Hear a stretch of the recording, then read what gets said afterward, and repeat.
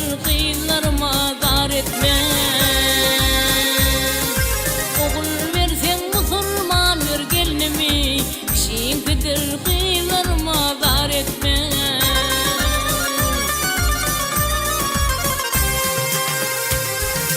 Dost yanına pes etmeyin başımı, dost yanına pes etmeyin başımı, çolur bilen isem nanu aşımı. Gelsem ihman tutmaz yali kaşımı, yaradan dudana nazar etme. Gelsem ihman tutmaz yali kaşımı, yaradan dudana nazar etme.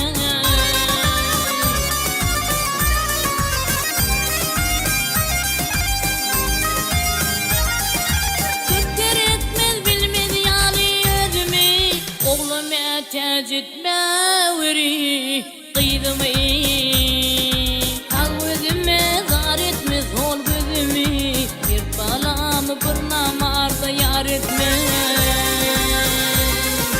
Al gözüme zar etme sol gözümü, bir çağamı bir nadana yar etme.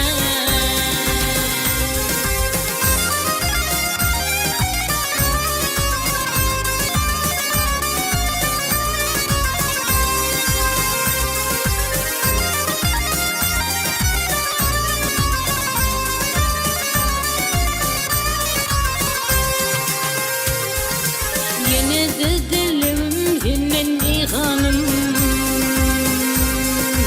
yine de dilim senin hanım, kadırına vurmin 5 günlük mihmanım. Aslım sünni içime ver imanın, ahiriyetim o dünyamı dar etme. Aslım sünni içime ver imanın, ahiriyetim o dünyamı dar etme. Bir balamı bir namarda yar etme. Yaradan dur